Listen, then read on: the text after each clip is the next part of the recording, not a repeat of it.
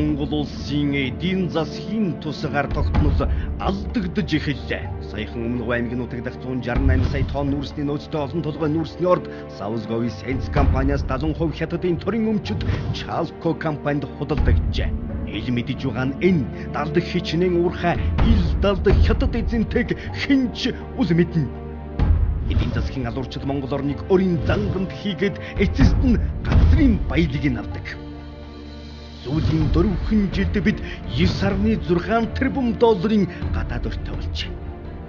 Энэ нөрийг 2 сая 500 мянган хүндэн хуваавал хүмүүр 5 сая төгрөгийн урттай болж.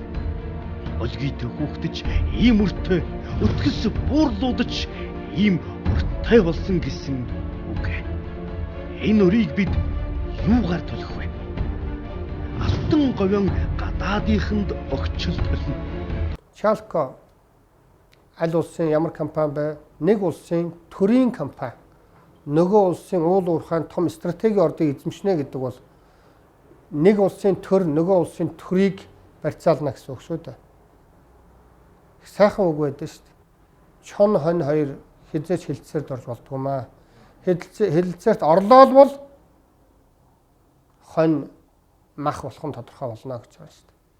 Юу толгой хөвдөн авсан Британд би Монгол Швейцараас илүү том газартай хэмээн хэлсэн байдаг.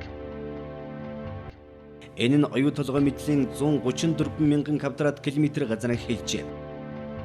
Үнэхээр ч Швейцар орн 41 мянган квадрат километр нутагтай билээ. Ингээд бодохоор галбын цэнхэр говь гадаадын эзэмшилд очиж байна. Энэ бүхнийг хэн хийгээд байна? Дэлхийн цөөхөн том гүрнүүд үндэсний аюулгүй байдлын томхогтой бичсэн байдаг. Өөрийн орны эрх ашиг дэлхийн аль нэгэн цэгц зөрчигдвөл цэрэг зэвсгийн хүчээр хамгаална гэж. Цэрэг зэвсгийн хүчээр. Өөрөөр хэлбэл гадаадд байгаа эд хөрөнгө оруулалтад талдлаа гэж үзэхэд эрх ашигаа хамгаална гэсэн үг. Иймээс монголчууд бид зөв, тэнцвэртэй, болгоомжтой, алсын хараатай бодлого явуулах ёстой.